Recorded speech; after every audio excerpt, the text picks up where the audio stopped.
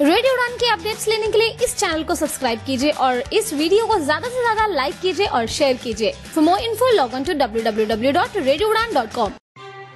নমস্কাৰ প্ৰিয় শ্ৰোতা বন্ধুসকল মই নীলাক্ষী গোস্বামী বৰুৱা গুৱাহাটী অসমৰ পৰা কৈ আছো মই আৰ্লি চাইল্ডহুড ডেভেলপমেন্ট এণ্ড কেয়াৰৰ ওপৰত কাম কৰি আছো আৰু মই 12 বছৰ ধৰি দুখন প্ৰাক প্ৰাথমিক বিদ্যালয় নিয়াৰিকৈ চলাই লৈ গৈ আছো আন্তৰ্জাতিক মাতৃভাষা দিৱসৰ লগত সংলগ্ন ৰাখি আজি ৰেডিঅ' উৰানে স্পেক্ট্ৰাম অটিজম এৱাৰনেছ কেম্পেইনৰ ওপৰত যি পদক্ষেপ লৈছে তাৰ বিষয়ে আজি আমি আলোচনা কৰিম এইখিনিতে আমি ৰেডিঅ' উৰানৰ প্ৰতিষ্ঠাপক ডেনিছ মহাজন দেৱক এই অনুষ্ঠানটোৰ বাবে ধন্যবাদ আৰু অভিনন্দন জ্ঞাপন কৰিছো আজি কিছু বছৰ আগলৈকে আমাৰ সমাজত অটিজম নামৰ শব্দটো কোনো নিৰ্দিষ্ট সংজ্ঞা নাছিল অটিজম শিশুক ভগৱানৰ অৱদান বুলি মানি লৈ পিতৃ-মাতৃ অভিভাৱকে নিজ নিজ উপায়ে শিক্ষা দীক্ষা দান কৰি ডাঙৰ দীঘল কৰিছিল বিজ্ঞানৰ অগ্ৰগতিয়ে আমাক আজি আন কথাবোৰ শিকোৱাৰ লগতে অটিজমৰ সম্বন্ধে জ্ঞান দি এই বিষয়ে ভাবিবলৈ শিকাইছে কিন্তু আজিও সমাজৰ সকলো শ্ৰেণীৰ লোকে সন্ধালিপিকে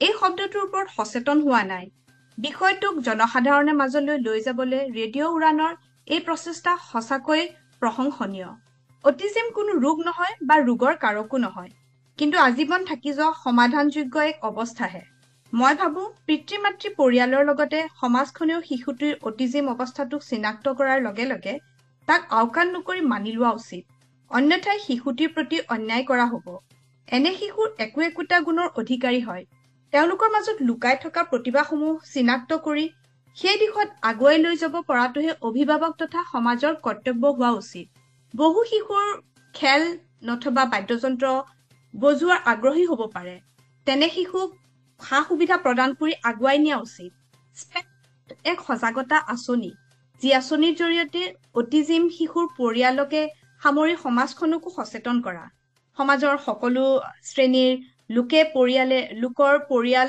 প্ৰতিজনৰ মাজত নিজ নিজ জাতিৰ ভাষাৰ বিভিন্ন আলোচনা চক্ৰ সভা সমিতি পাতি অটিজম শিশুক কেনেদৰে আন শিশুৰ সৈতে আগুৱাই লৈ যাব পৰা যায় সেইটোৱে হৈছে এই আঁচনিখনৰ মূল লক্ষ্য আজি আমি এই অনুষ্ঠানটোলৈ নিমন্ত্ৰণ কৰি আনিছো বাংগালোৰৰ নিবাসী অনুৰাগ তালুকদাৰক অনুৰাগ লেপটপ নামৰ এটি মাল্টিনেশ্যনেল কোম্পানীৰ head and director of global অপাৰেশ্যনৰ ছাপৰ্ট হিচাপে কাম কৰি আছে যদিও অনুৰাগ অসমৰ গুৱাহাটীৰ বাসিন্দা বৰ্তমান তেখেত তেওঁৰ পত্নীৰ উপাসনাৰ সৈতে বাংগালোৰতে থাকে অনুৰাগৰ তেওঁলোকৰ এজন ৰিয়ান নামৰ পুত্ৰ সন্তান আছে যি অটিজম হয় ৰিয়ান এজন অটিষ্টিক শিশু আৰু অনুৰাগ তালুকদাৰক বিশেষকৈ বিকলাংগ আৰু অটিজম থকা লোকসকলৰ অধিকাৰৰ বাবে তেখেতে এজন ভোকেল সাপোৰ্টাৰ হিচাপে কাম কৰি আহিছে অনুৰাগ আপোনাক এই অনুষ্ঠানলৈ আমি স্বাগতম জনাইছো ধন্যবাদ নীলাক্ষী বাইদেউ আহি পেলাই খুব ভাল লাগিছে আৰু আশা কৰো যে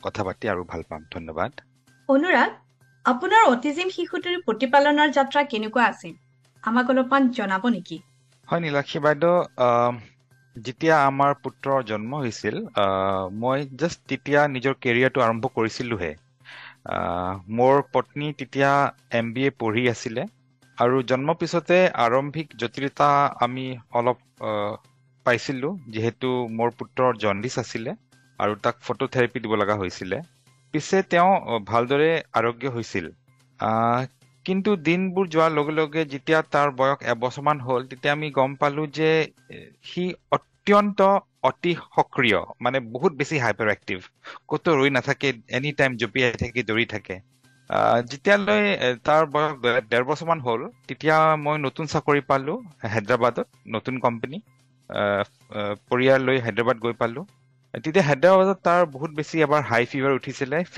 ফিভাৰত ফিটছ আহিছিলে তাক ICUত ভৰ্তি কৰিব লগা হৈছিলে সো সেইটো এটা ভয় সদায় থাকিলে যে তাৰ জ্বৰ আহিলে ফিটছ আহে সো সেইটো এটা আমাৰ কাৰণে এটা খুব এটা ভয় লগা এটা পৰিৱেশ হৈছিলে কিন্তু হায়দৰাবাদত আমি বেছি নাথাকিলো 6 মাহৰ ভিতৰতে আকৌ সেই কোম্পানীটোৱে আকৌ মোক ট্ৰান্সফাৰ দিলে দিল্লীলৈ দিল্লীত যেতিয়া তাৰ 2 বছৰৰ বাৰ্থডে আহোঁ হৈছিলে তেতিয়া তাক আমি এজন চাইল্ড স্পেচিয়েলিষ্টক দেখাইছিলো তেতিয়া চাইল্ড স্পেচিয়েলিষ্টে কৈছিলে যে হয়তো আপোনাৰ সন্তানৰ অটিজম আছে সঁচাকৈ ক'ব লাগিলে মই তেতিয়ালৈ অটিজম কি নামটো শুনা নাছিলো আৰু আমি অবভিয়াছলি সেইটো আমি অৱহেলনা কৰিলো আমি কথাটো মানে গুৰুত্ব নিদিলো যে কি কৈ আছে তাৰপিছত দিল্লীত এবছৰ থকাৰ পিছত মই বম্বেত এটা নতুন চাকৰি পালো, নতুন কোম্পানী। যেতিয়া বম্বেত গৈ পালো, তাৰ বয়স যেতিয়া আপোনাৰ 3 বছৰমান হৈছে, যেতিয়া আমি দেখিছো সি একদম নন ভাৰ্বেল, মানে অমৌখিক, কথা একদমে নকয়, এটা দুটা শব্দ কয়। আৰু সেইটো বহুত বেছি চিন্তা হ'ল আমাৰ কাৰণে। মোৰ মা দেউতা, মোৰ শহুৰ শাহু চবেই অলপ এইটো কাৰণে বহুত কথা পাতিলে। তাৰপিছত আমি তাক হিৰানন্দনী হস্পিটেল লৈ গলো। তাতে আমাক কোৱা হ'ল যে স্পীচ থেৰাপি এণ্ড অকুপেশ্যনেল থেৰাপি আৰম্ভ কৰিবৰ কাৰণে। আমি স্পীচ থেৰাপি, অকুপেশ্যনেল থেৰাপি দিলো। তাৰপিছত তাৰ 2 বছৰমান ট্ৰিটমেণ্ট কৰাৰ পিছত যেতিয়া 5 বছৰ হ'ল, বেছি ইম্প্ৰুভমেণ্ট হোৱা নাই, তেতিয়া আমি চাইকলজিষ্টক দেখাই পেলাই তেতিয়া আমি গম পালো যে ৰিয়ানৰ অটিজম আছে বুলি। তাৰপিছত বম্বেত 2 বছৰ থকাৰ পিছত মই বেংগালুৰুত চাকৰি পালো, নতুন কোম্পানী। বেংগালুৰুত আহিলো। বেংগালুৰুত যেতিয়া আহিলো, আমি তাৰ অকুপেশ্যনেল থেৰাপি এণ্ড স্পীচ থেৰাপি অব্যাহত ৰাখিলো, কণ্টিনিউ কৰিলো আমি। তাৰ লগত আমি ABA, এপ্লাইড বিহেভিয়াৰেল এনালিচিছ থেৰাপিটো আৰম্ভ কৰিছিলো। মোক এনেকুৱা লাগে যে এপ্লাইড বিহেভিয়াৰেল এনালিচিছটো তাৰ কাৰণে বহুতে ভাল হ'ল, আৰু তাৰ হাইপাৰ এক্টিভিটি বহুত কমি গৈছিলে। ইন দ্য মিন টাইম আমি তাক এখন স্পেচিয়েল স্কুলতো দিলো। স্পেচিয়েল স্কুল গ'ল, সি ছেটেল হ'ল। আমি এখন স্পেচিয়েল চেঞ্জ কৰিছো পিছে। এখন স্কুলত সি খুব ভালকে ছেটেল হৈ গ'ল, তালৈ গৈ থাকিলে। আৰু ইয়াৰ মাজত মোৰ পত্নী, তাই নাৰ্চাৰী টিচাৰ্ছ ট্ৰেইনিং NTT এবছৰীয়া ডিপ্ল'মাটো কমপ্লিট কৰিলে। তাৰপিছত নিমহান্সৰ পৰা তাই এবছৰীয়া এটা ডিপ্ল'মা কৰিলে, special educator course, specialization in autism. So' এইখিনি কৰাৰ ওপৰত তাই আৰ্ট বেছড থেৰাপি আৰু ABA ট্ৰেইনড হয়। চ' এইখিনিত মোৰ পত্নীয়ে নিজে বহুত মানে ইনভলভ হ'ল। তাই নিজৰ চাকৰিও বাদ দিছিলে, আৰু তাই অলমষ্ট ছিংগল হেণ্ডেডলি ল'ৰাটোক চাই আছিলে। 2019 অহালৈকে, 2019 চনলৈ অহালৈকে ৰিয়ান প্ৰায়ভাগ স্থিৰ হৈ পৰিছিলে, মানে বহুত ষ্টেবল হৈ গৈছিলে। আৰু আমি ভাবিছিলো যে ইয়াৰ পিছত হয়তো সি লাহে লাহে একদম নৰ্মেলৰ ফালে আহি যাব। কিন্তু 2020 যিহেতু আমি জানো লকডাউন পেণ্ডেমিক আহিলে, তাৰ স্কুল বন্ধ হৈ গ'ল, সি ঘৰত বন্ধ হৈ থাকিলে। চ' সি বহুতে উত্তেজিত হৈ গৈছিলে, মানে বহুত বেছি খঙাল, বহুত বেছি দুখ আছিলে, যিহেতু সি কোনো বেলেগ মানুহ লগ পোৱা নাই, স্কুলখন গৈ ভাল পাইছিলে। চ' স্কুলখন প্ৰায় 2 বছৰমান বন্ধ হৈ থাকিলে। 2022 চনত যদিও স্কুলখন খুলিলে, কিন্তু ইন দ্য মিন টাইম সি তাৰ যোনটো টিনেজ ষ্টেজ বুলি কয়, যাক মানে ক'ব লাগিব কৈশোৰ অৱস্থা, সেইটোত আহি পালে। তাৰ হাৰমনেল চেঞ্জেছ বিলাক হ'ল। চ' এতিয়া সেই ষ্টেজটো চলি আছে। এতিয়া সি ভালকে এডজাষ্ট কৰিব পৰা নাই। চ' বৰ্তমান এইটো আমাৰ মানে লাইফ ষ্টৰীটো আছিলে যে বহুত কেইখন চিটি চেঞ্জ কৰিছো আমি, বহুত কেইখন স্কুলো চেঞ্জ কৰিছো, থেৰাপি দিছো, এতিয়া লাহে লাহে ভাল পাইছে। আৰু এতিয়া আমি তাৰ যোনটো টিনেজ, যোনটো হাৰমনেল চেঞ্জ, আমি সেইটোৰ লগত ডিল কৰি আছো। হয় বাইদেউ? হয়। গতিকে অনুৰাগৰ পৰা আমি জানিব পাৰিছো যে তেখেতে দেশৰ বিভিন্ন ঠাইত বসবাস কৰিও সন্তান যত্নৰ লগতে সমান্তৰালভাৱে নিজৰ কেৰিয়াৰ গঢ়িব পাৰিছে। তেওঁ কেনেকৈ প্ৰত্যাহ্বানৰ সন্মুখীন হৈছিল আৰু কেনেকৈ সমাধান কৰিছিল, আহকচোন জানো তেখেতৰ পৰা। হয় নীলাক্ষী বাইদেউ, এইটো এটা বহুতে গুৰুত্বপূৰ্ণ প্ৰশ্ন। আৰু মই ক'ম যে প্ৰথম যোনটো আটাইতকৈ গুৰুত্বপূৰ্ণ প্ৰত্যাহ্বান হ'ব, সেইটো হ'ল সামাজিক বিচ্ছিন্নতা বা ছ'চিয়েল আইচলেশ্যন। যদি মোৰ এই শব্দখিনি কোনোবা নতুনকে এনেকুৱা কোনোবা অভিভাৱক আছে, যাৰ নতুনকে তেওঁৰ শিশুটো যদি ভাবি লওক অটিষ্টিক বুলি ডায়েগন'জ হৈছে, এইটো এটা বহুতে মানে সত্য কথা মই কৈ আছো। আপোনাৰ জীৱনত এটা সামাজিক বিচ্ছিন্নতা আহিব, এটা ছ'চিয়েল আইচলেশ্যন আহিব। আমি যিমানো চেষ্টা কৰি আছো, কিন্তু সঁচা কথা এইটোৱে যে এতিয়াও বহুত মানুহে অটিষ্টিক শিশু এটা দেখিলে ভয় কৰে, অৱহেলনা কৰে, আৰু এইটো আমি মানি ল'ব লাগিব। সজাগতা আহি আছে, আৱেৰনেছ আহি আছে, তথাপিও এই সন্দৰ্ভত বহুত কাম কৰিব বাকী আছে। কিন্তু মই ক'ব পাৰো এটা বহু বেছি শতাংশ মানুহ, বহুত বেছি ভাবি লওক আপোনাৰ 60%, 70% মানুহ ভয় খায়, যিহেতু নাজানে কি বস্তু এইটো। সিহঁতে ভাবে এইটো ৰোগ নেকি, নে এইটো বিয়পি আহিব। আপুনি ধুনীয়াকে এইটো বুজাইছিলে আপোনাৰ আৰম্ভণিতে যে অটিজম এটা ৰোগ নহয়, এইটো এটা অৱস্থা, এইটো কোনো বিয়পি যাব পৰা বেমাৰ নহয়। কিন্তু এইটো এটা মানে সত্য কথা যে যদি আপোনাৰ ঘৰত আপোনাৰ সন্তানটি যদি অটিষ্টিক হয়, এটা সামাজিক বিচ্ছিন্নতা আহিব। আৰু এইটো কাৰণে আপুনি সজাগ হৈ থাকিব লাগিব, আপুনি মেণ্টেলি প্ৰিপেয়াৰ্ড হৈ থাকিব লাগিব। এইটো হ'ল সবচে ডাঙৰ প্ৰব্লেম। আৰু ইয়াৰ লগত আহে, আপুনি যদি অফিচত কাম কৰি আছে, আপোনাৰ যদি বিজনেছ আছে, আপোনাক এটা ছ'চিয়েল নেটৱৰ্ক লাগে।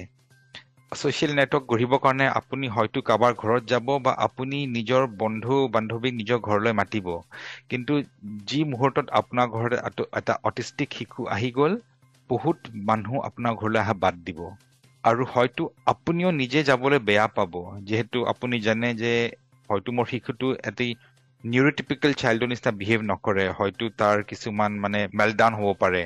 চ' আপুনি নিজে সজাগ হৈ যায়, আপুনি নিজে অলপ মানে বেকষ্টেপ লৈ লয়।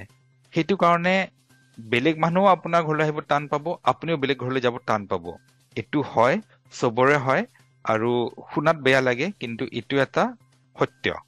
চ' এই যোনটো মই ক'লো ছ'চিয়েল আইচলেশ্যন, এইটোৰ কাৰণে আমি সজাগ হৈ থকাটো বহুতেই জৰুৰী। দ্বিতীয়টো হ'ল যে ঠিক আছে, আপুনি আপোনাৰ ঘৰত এটা বা মোৰ ঘৰত এটা অটিষ্টিক শিশু আছে, কিন্তু সেইটোৰ কাৰণে কি হ'ল যে মোৰ ভিতৰত এনেকুৱা এটা মোৰ মানে বাধ্যতা আহিলে যে মই নিজৰ কেৰিয়াৰত নিজে বেছি ফ'কাছ দিব লগা হ'ল। কিয়? আপুনি বুজিব যে ভাৰতত এটা অটিষ্টিক শিশুক ডাঙৰ কৰা ইমান সহজ নহয়, যিহেতু আপুনি ফিনান্সিয়েল বেছি হেল্প নাপায় গভৰ্ণমেণ্টৰ পৰা। আপোনাৰ যোনটো স্পেচিয়েল স্কুল হ'ল, থেৰাপি হ'ল, এইবিলাক বহুত বেছি খৰচ পৰে, আৰু এইবিলাকৰ কাৰণে আপুনি পইচা দিব লাগিব। পইচা আপুনি ক'ৰ পৰা দিব? আপুনি নিশ্চয় উপাৰ্জন কৰিব লাগিব। উপাৰ্জন কৰাৰ কাৰণে আপুনি বা আপোনাৰ পত্নী বা আপোনাৰ স্বামীয়ে বেছিকে আপোনাৰ বিজনেছ বা আপোনাৰ চাকৰিত চেষ্টা দিব লাগিব, বেছি আপোনাৰ তাতে টাইম দিব লাগিব। কিন্তু এইটো সময়তে আৰু এটা দিগদাৰী এইটো হয় যে অটিষ্টিক বাচ্চাকো আপুনি টাইম দিব লাগে। চ' এইটো আপোনাৰ এটা চিটুৱেশ্যন হৈ যায় যে কি কৰিব আপুনি? এটি অটিষ্টিক শিশুকো আপুনি টাইম দিব লাগিব, আৰু আপোনাৰ অফিচত আপুনি টাইম দিব লাগিব। দুই ঠাইততো দুটা ভৰি আপুনি দিব নোৱাৰে, সেইটো সম্ভৱ নহয়।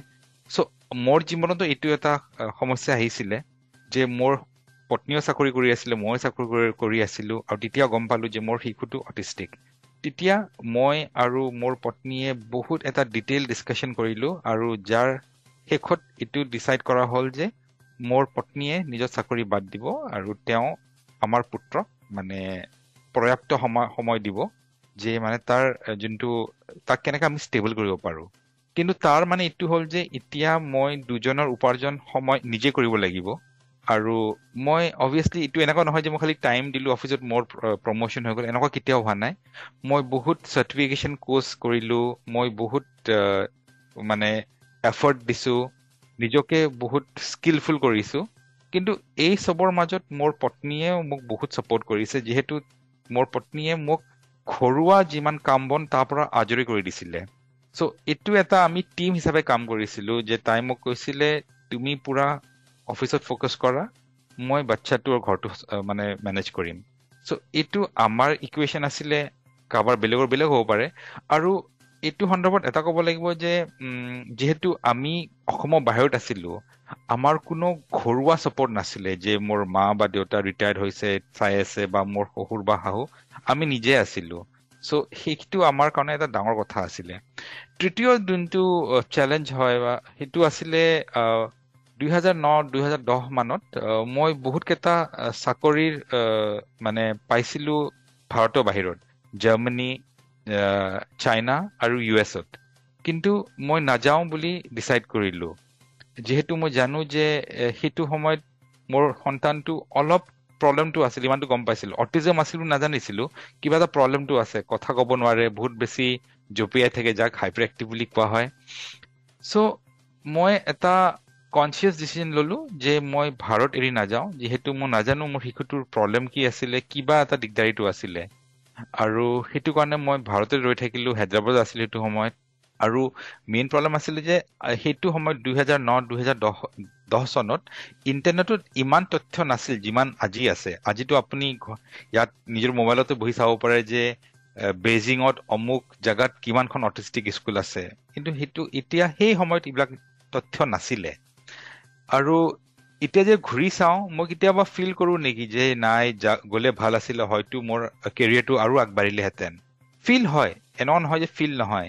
কিন্তু মোৰ কাৰণে মোৰ পুত্ৰই মানে সৰ্বোত্তম আৰু গুৰুত্বপূৰ্ণ আছিলে বাকি কেৰিয়াৰটো তাৰ কাৰণে কৰি আছিলো হয়নে নহয় সো সেইকাৰণে মোৰ কাৰণে এইটো মই বহুত স্পষ্ট আছিলো মই কি বিচাৰো লাইফত আৰু মোৰ কাৰণে মোৰ পুত্ৰ ৰিয়ানৰ যোনটো মানে ৱেলবিং সেইটোৱে সবচে ওপৰত আছিলে ধন্যবাদ বাইদেউ ধন্যবাদ অনুৰাগ অটিজিম আপোনাক মই অন্তিম শেহতীয়া প্ৰশ্নটো সুধিবলৈ বিচাৰিছো অটিজিম শিশুৰ সকলো পিতৃ-মাতৃলৈ আপুনি কি বাৰ্তা দিব বিচাৰে যাৰ দ্বাৰা তেওঁলোকৰ পিতৃ-মাতৃয়ে যাতে সন্তানটিৰ যত্ন লোৱাৰ লগতে দৈনন্দিন কাম-কাজ আৰু কেৰিয়াৰ কেনেদৰে নিয়াৰিকৈ কৰি যাব পাৰে হয় বাইদেউ আৰু এইটো আছিলে আমাৰ আজি থিমটো যে work life balance so work life balance এইটো এটা বহুত মানে in very high demand topic বুলি ক'ব লাগিব বৰ্তমান যোনটো মেনেজমেণ্টত কোৱা হয় যে এজন এমপ্লয় হিচাপে আপুনি কেনেকে নিজৰ পাৰিবাৰিক জীৱন আৰু অফিচৰ কামখিনি কেনেকে মেনেজ কৰি আছে আপুনি কিমান টাইম দি আছে সো এনেইতো আজিকালি যোনটো আপোনাৰ 2024 চনত অফিচৰ পৰা ইমান হেঁচা যে আপোনাক ইমান কাম দিয়ে কিন্তু এটা অটিষ্টিক চাইল্ড থকাৰ লগে লগে আপুনি সেইটো বেলেঞ্চ কৰিব লাগিব আৰু আপুনি যদি নকৰে তেতিয়া বৰ দিগদাৰ হৈ যায় সো প্ৰথম কথা ইয়াত আহিলে যে যদি আপোনাৰ ঘৰত যদি এটি অটিষ্টিক শিশু আছে আপুনি এইটো বুজি লোৱা বহুতে জৰুৰী যে আপুনি অকলে নহয় এই পৃথিৱীত 36 জনৰ ভিতৰত এটা শিশু অটিষ্টিক আৰু এইটো মই কোৱা নাই এইটো আমেৰিকাৰ centre for disease control and prevention CDC বুলি এটা বহুতে বিখ্যাত ইনষ্টিটিউচনে দিছে ভাৰতত অৱশ্যে ইয়াৰ কোনো এনেকুৱা মানে সেন্সাক্স হোৱা নাই ভাৰতত এনেকুৱা কোনো নিৰ্ভৰযোগ্য ডেটা নাই কিন্তু মই যদি ইউএছৰ ডেটাটো যদি এক্সট্ৰাপলেট কৰো গোটেই বিশ্বত তেতিয়া আপুনি বুজি লওক 1 in 36 মানে 36ৰ ভিতৰত এজন শিশুটো আপোনাৰ অটিষ্টিক হয়ে তাৰ মানে 8 বছৰৰ তলৰ প্ৰায় 2.8% শিশু অটিষ্টিক স্পেক্ট্ৰামত আছে এইটো এটা বহুত ডাঙৰ সংখ্যা আপুনি ভাবিব 2.8% সৰু নম্বৰ বেছি ডাঙৰ নম্বৰ নহয় কিন্তু এইটো আপুনি যদি মাল্টিপ্লাই কৰে 140 ক্ৰ'ৰ্ছৰ লগত তেতিয়া আপুনি গম পাব এইটো কিমান ডাঙৰ সংখ্যা সো ভাৰতত মানে বোধহয় কোটিত আছে আপোনাৰ অটিষ্টিক শিশু বোধহয় আমি নাজানো আৰু যিহেতু আমি কথা কওঁ এটা অটিজম স্পেক্ট্ৰামৰ বিষয় যোনটো আজি মই ইমান ডিটেইলত নাযাওঁ কিছুমান শিশু হয়তো বহুত বেছি চিমটম দেখাব অটিজমৰ কিছুমানে কম দেখাব কিন্তু সবে অটিষ্টিক হয় সো আপুনি যদি মোৰ কথাটো এতিয়া শুনি আছে শ্ৰোতাগণ আৰু আপোনাৰ ঘৰত বা আপোনাৰ কোনোবা চিনাকিৰ ভিতৰত যদি অটিষ্টিক শিশু আছে এইটো এটা বিশ্বব্যাপী এটা মানে ডেটা মই কৈ আছো আৰু এইটো কোনো এটা ৰোগ নহয় এইটো এটা ডাঙৰ এটা মিসকনচেপশ্যন এইটো কোনো ৰোগ নহয় এইটো এটা অৱস্থাহে ইটছ আ কণ্ডিশ্যন যাক কোৱা হয় আৰু সবচে এতিয়া ডাঙৰ কথা হ'ল যে আপুনি যদি এটা অটিষ্টিক শিশুক যদি আপুনি লালন পোষণ বা আপুনি আপব্ৰিঙিং যদি কৰি আছে ফাৰ্ষ্ট হ'ল আপোনাক পইচা দৰকাৰ হ'ব সো আপোনাৰ এইটো আপোনাৰ যে বিজনেছ আছে বা আপুনি চাকৰি কৰে আপুনি বেছিকৈ ফ'কাছ কৰিব লাগিব আপুনি এনেকুৱা কিছুমান কোৰ্চ কৰিব লাগিব আপুনি এনেকুৱা কিছুমান অপৰচুনিটি বিচাৰিব লাগিব যোনটো আপোনাক নিজৰ কম্পিটিশ্যনতকে অলপ এটা এডভান্টেজ দিয়ে আপুনি বিজনেছ কৰি আছে এনেকুৱা এটা বিজনেছত আপুনি এনেকুৱা এটা কিবা এটা ট্ৰিক বিচাৰক এনেকুৱা এটা আপুনি স্কোপ বিচাৰক যোনটো আপোনাক এটা বেলেগ এটা কম্পিটিটিভ এডভান্টেজ দিয়ে সেম যদি আপুনি এটা এমপ্লয় হয় আপুনি কিছুমান এনেকুৱা এটা কোৰ্চ কৰক নিজৰ বছৰ কথা পাতক নিজৰ ছুপাৰ বছ মানে বছৰ কথা পাতক বুজক যে কি কোৰ্চ কৰিলে ভাল হয় বা কি চাৰ্টিফিকেশ্যন কৰিলে ভাল হয় বা কোনটো প্ৰজেক্ট কৰিলে মোৰ কাৰণে বেছি উপযোগী হ'ব সো এইটো এটা ডিছকাশ্যন হ'ব লাগে আপোনাৰ বছ আপোনাৰ ছুপাৰ বছৰ লগত আৰু সেনেকে আপুনি কামখিনি কৰি যাব লাগে ইয়াত দ্বিতীয় প্ৰশ্ন থাৰ্ড যোনটো ফেক্টৰ আহিল যে ঠিক আছে আপুনি কেৰিয়াৰত ফ'কাছ কৰিলে কিন্তু আপোনাৰ যদি আপুনিয়ে কেৰিয়াৰ ফ'কাছ কৰি আছে তেতিয়া শিশুটোক চাব কোনে যদি আপুনি যে হোম টাউনত আছে তেতিয়া এইটো আপোনাৰ কাৰণে বহুত ডাঙৰ এডভান্টেজ এটা হৈ যায় যিহেতু আপোনাৰ যোনটো পৰস্পৰ যোনটো পৰিয়াল মানে যাক কোৱা হয় ইমিডিয়েট ফেমিলি সম্প্ৰসাৰিত পৰিয়াল যদি আপোনাৰ ইমিডিয়েট ফেমিলিত কোনোবা যদি এনেকুৱা ৰিটায়াৰ্ড মানুহ আছে আপোনাৰ মা দেউতা বা খুৰা খুৰী তেখেতসকলে যদি আপোনাৰ শিশুটো চাই দিয়ে তেতিয়াতো হাজবেণ্ড ৱাইফ দুজনে চাকৰি কৰিব পাৰে যদি মানে দুৰ্ভাগ্যজনক যদি আপুনি যে হোম টাউনত নাই, যেনেকুৱা মই নিজৰ হোম টাউনত নাছিলো, তেতিয়া মোৰ ৱাইফে চাকৰি বাদ দিছিলে। চ' এইটো এটা বহুত ডাঙৰ সিদ্ধান্ত, ভাবি চিন্তি সিদ্ধান্তটো ল'ব, যিহেতু এইটো কাৰণে মানে কোনোবা এজনে চাকৰি বাদ দিয়া, বিজনেছ বাদ দিয়া ইমান সহজ নহয়, কিন্তু হয়তো আপুনি মেনেজ কৰিব লাগিব। যদি আপোনাৰ যদি লাক ভাল, যদি আপোনাৰ শিশুটো যদি এডজাষ্ট কৰিব পাৰে, হয়তো আপুনি কেয়াৰটেকাৰ এজন পাব পাৰে, চ' দেট আপুনি আৰু আপোনাৰ স্পাউচ বা মানে পত্নী বা পত্নী হওক বা স্বামী হওক, তেখেতে চাকৰিটো কৰি থাকক। আৰু তাৰ ওপৰত মই শেষত ক'ব বিচাৰিম যে আপোনাৰ কাৰ্যালয়ত বা অফিচত যদি আপোনাৰ কোনোবা সহকৰ্মী আছে যাৰ নিজৰ ঘৰত অটিষ্টিক শিশু আছে, তেখেতসকলৰ লগত আপুনি এটা নেটৱৰ্ক বনাওক। নেটৱৰ্কটো কৰি পেলাই আপুনি গম পাব যে ওচৰে পাজৰে কি সুবিধা আছে, বা তেখেতসকলে আপোনাক মটিভেশ্যন কৰিব পাৰে। চ' এটা নেটৱৰ্ক অফ লাইক মাইণ্ডেড পিপলটো বহুতে জৰুৰী হৈ যায়। আৰু আজিকালি ইমান বেছি এৱাৰনেছ আহিছে যে বহুত চিনিয়ৰ লিডাৰ অফিচত এই কথাটোৰ বিষয়ে জানে, আৰু তেখেতসকলে ছাপোৰ্ট কৰে যে ঠিক আছে, আপোনাৰ ঘৰত অটিষ্টিক শিশু আছে, we do support you. Okay Nilakshi বাইদেউ, মই ইয়াতে সামৰিছো। ধন্যবাদ। ধন্যবাদ অনুৰাগ। আজি অনুষ্ঠানটি পৰিৱেশন কৰিবলৈ দিয়াৰ বাবে সামৰণিত মই ৰেডিঅ' উড়ানৰ সমূহ কৰ্মকৰ্তালৈ ধন্যবাদ জ্ঞাপন কৰিছো। লগতে অনুৰাগ, আপোনালৈও বহুত বহুত ধন্যবাদ আৰু শুভকামনা জ্ঞাপন কৰিছো। ধন্যবাদ নীলাক্ষী বাইদেউ, ধন্যবাদ। NovaFlix, an accessible OTT platform for visually impaired. भोली शालिनी उन्हें गंभीरता से देख नजरअंदाज कर अंदर चली जाती है। वो नेशनल नर्सिंग कॉलेज की बिल्डिंग के सामने खड़ी होती है। अगर आप ब्लाइंड हैं और एंजॉय करना चाहते हैं लेटेस्ट मूवीज, वो भी ऑडियो डिस्क्रिप्शन के साथ, तो आज ही डाउनलोड करें NovaFlix प्ले स्टोर से।